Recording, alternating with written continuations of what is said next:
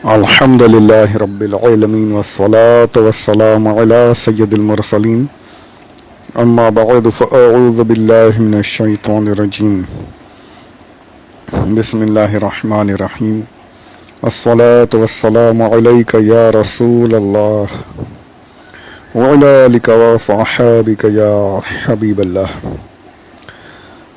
محترم سامعین، السلام علیکم ورحمۃ اللہ وبرکاتہ. آج 1442 ہجری کے رمضان کا آخری روزہ، آخری دن، 30ویں رمضان آج ہے. اب اگر زندگی رہی تو اگلے سال یہ مہینہ، بابرکت مہینہ میں پھر نصیب ہوگا. اللہ میں بار بار رمضان عطا فرمائے اور اس کا ادب و تعظیم کرنے کی سعادت نصیب فرمائے.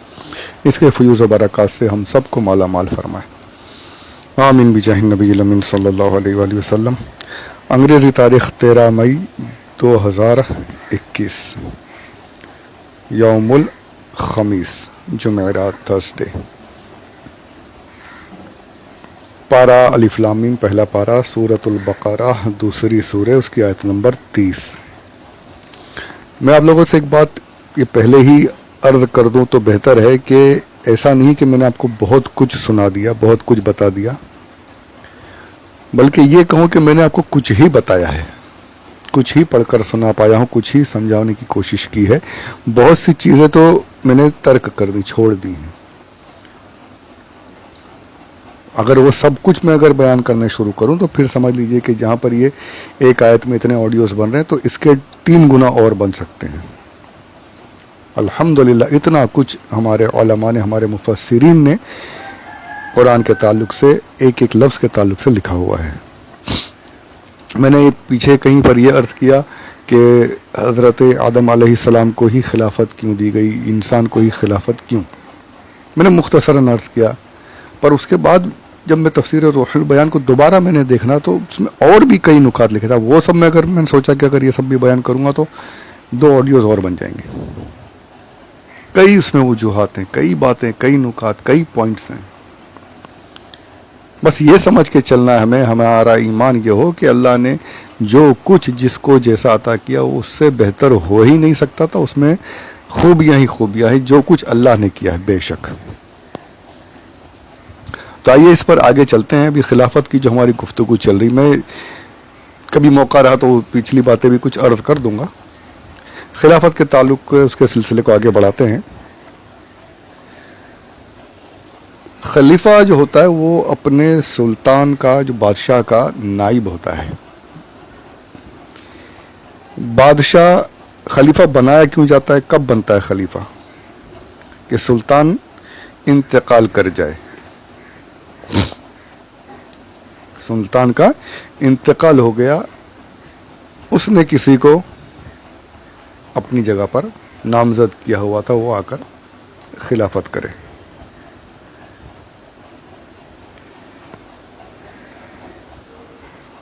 یہ بھی ہو کہ سلطان نے ایک کمیٹی وغیرہ بنا دی، کچھ لوگوں کو چن لیا کہ بھئی آپ لوگ آپس میں مشورہ کر کے جو بہتر لگے اس کو خلیفہ بنا دینا.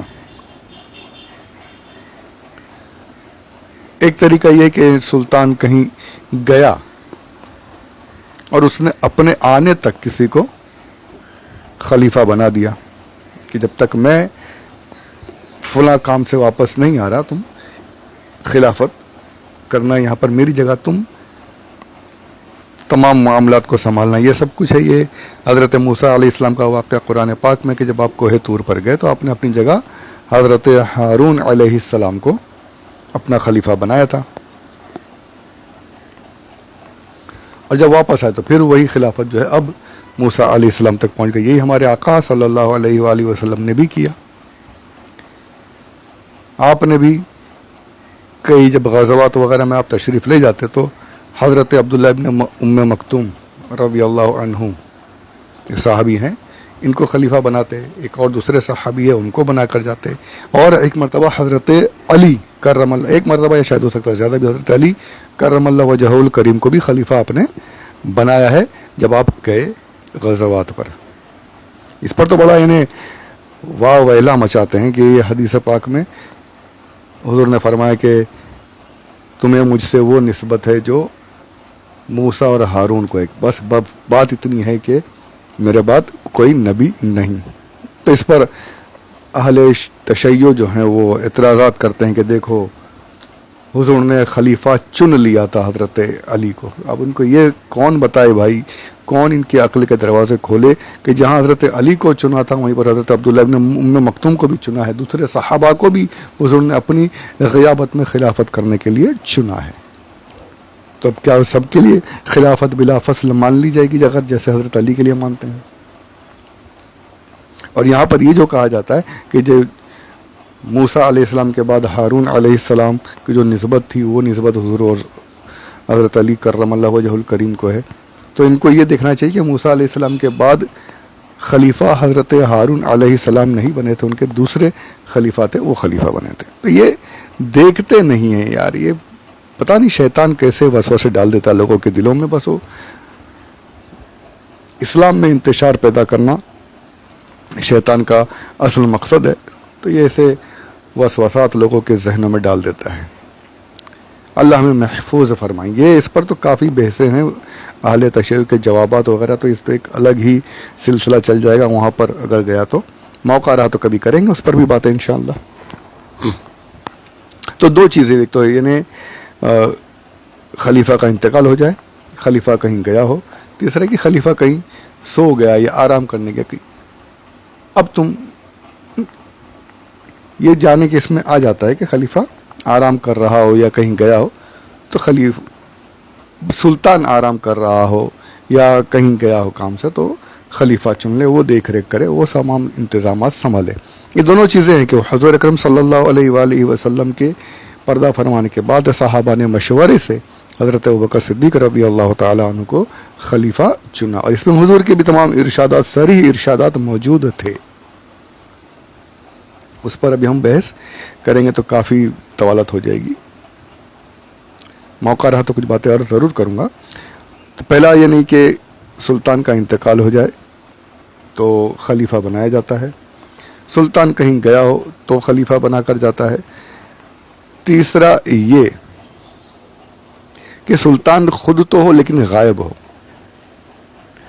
پردے میں ہو، لوگوں کے سامنے نہیں آ رہا ہے، اب اس کی جگہ پر وہ اپنا خلیفہ بھیج دے کہ بھائی تم تمام معاملات نپٹا دو، تم تمام معاملات دیکھو، میری جگہ پر تم میری نیابت کرو۔ تو یہ تیسری وجہ، پہلی دونوں وجہ اللہ عز و جل کے لیے سوچے بھی تو بھی ہم کافر ہو جائیں، نہ اللہ مر سکتا ہے معاذ اللہ رب العالمین، اور نہ ہی اللہ عز و جل کہیں آ جا سکتا ہے، ساری دنیا اس کے سامنے، ساری چیزیں اس کے سامنے، ہر چیز اس کی نظر، اس کے مشاہدے میں موجود ہے۔ نظر غلط ہے بول دیا میں نے،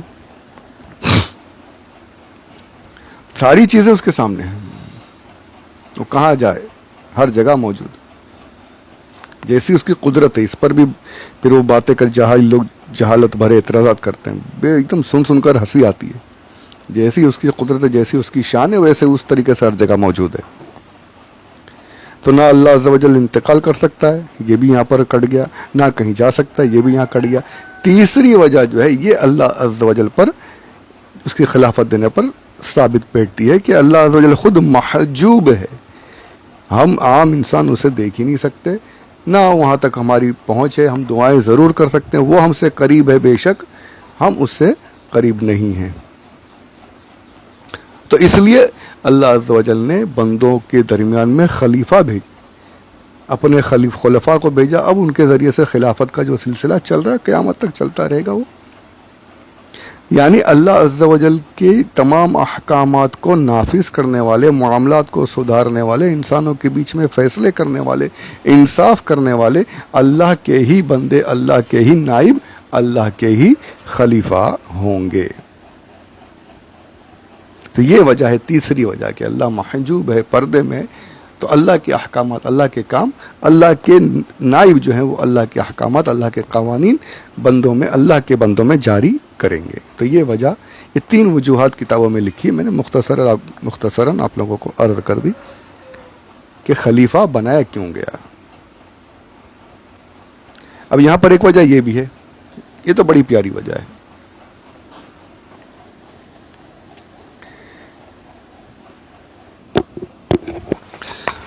یہ وجہ جو ہے یہ بہت سی تفاسیر میں لکھی ہے، روح المعانی میں بھی آپ نے اسے تحریر فرمایا ہے، جلد اول صفحہ نمبر 220، اور بھی تمام تفاسیر میں یہ ہے کہ خلیفہ بنانے کی ایک وجہ یہ ہے کہ مخلوق جو ہے اس کے اندر گناہ بھی ہیں، شہوت بھی ہے، برائیاں بھی ہیں، جس کی وجہ سے سمجھ لیجیے گندگی میں پھنسا ہوا ہے۔ تو اس گندگی کی بنا پر، اس قدورت کی بنا پر جو فیض اللہ عز و جل کی طرف سے آ رہا ہے، جو اس ذات پاک، اس قدوس کی طرف سے آ رہا ہے، وہ فیض صحیح طریقے سے یہ بندے حاصل نہیں کر سکتے تھے۔ ان میں وہ قابلیت ہی نہیں ہے کہ جو صحیح طریقے سے وہ فیض حاصل کر سکے۔ اللہ عز و جل پاک، رحمان، قدوس، سبحان، اس ذات سے جو فیوز و برکات برس رہے ہیں، جو آ رہے ہیں، وہ بیچ میں کوئی ایسا چاہیے تھا کہ وہ فیض وہاں سے لے اور یہاں بندوں تک پہنچائے۔ ایک ایسی ذات چاہیے تھی کہ جو اللہ عز و جل سے بھی ملی ہوئی ہو اور بندوں سے بھی ملی ہوئی ہو۔ اس بنا پر، اسی وجہ کی بنا پر اللہ عز و جل نے خلیفہ کا نظام جاری فرمایا، ایک خلیفہ بنایا۔ ایک خلیفہ ہی نہیں، اس کی نسل سے اور خلفاء بنائے کہ یہ خلفاء مجھ سے فیض لیتے رہیں گے اور میرے بندوں تک فیض پہنچاتے رہیں گے، مجھ سے رحمتیں حاصل کرتے رہیں گے، علم لیتے رہیں گے، دوسروں کو علم لوٹاتے رہیں گے، دیتے رہیں گے، علم بانٹتے رہیں گے، رحمتیں بانٹتے رہیں گے۔ کہ دونوں کے بیچ میں اس کا واسطہ، اس خلیفہ کا واسطہ اللہ سے بھی ہوگا، عالم ملکوت سے بھی ہوگا، آسمانوں سے بھی ہوگا اور زمین والوں سے بھی ہوگا۔ اس بنا پر خلیفہ کی ضرورت ہوئی، اس بنا پر خلیفہ بنایا گیا۔ سبحان اللہ، کتنی پیاری پیاری باتیں، کتنا یعنی سوچنے جائے تو بہت کچھ ہے، اور نہ سوچے تو بس پڑھتے ہوئے آیتیں پڑھیں اور چلتے چلے جائیں۔ بس پڑھ لیا، وَإِذَا قَالَ رَبُّ، فرشتوں سے فرمایا اِنِّی جَاعِلٌ فِی الْأَرْضِ خلیفہ، بس بول کے کیا اس کے نکات ہیں، کیا اس کے مسائل، وہ کچھ پڑھی نہیں، بس پڑھتے چلیں۔ تو یہی تو ہمارا رونا ہے، ہم صحیح طریقے سے قرآن کو سمجھ لیں، پڑھ لیں، صحیح طریقے سے جان لیں، اہل سنت علماء سے بیٹھ کر کے سیکھ لیں، تو پھر ہم سبحان اللہ کہنے سے رکے نہیں، بار بار ہم بس اللہ کی کلام پر سبحان کہتے رہے۔ تو اللہ ہمیں صحیح معنوں میں قرآن پاک مجھے اور آپ کو، ہم سب کو سمجھنے کی توفیق رفیق عطا فرمائے، ساتھ ہی عمل کی سعادت نصیب فرمائے۔ آمین بجاہ النبی الامین صلی اللہ علیہ وسلم، وما علینا الا البلاغ المبین۔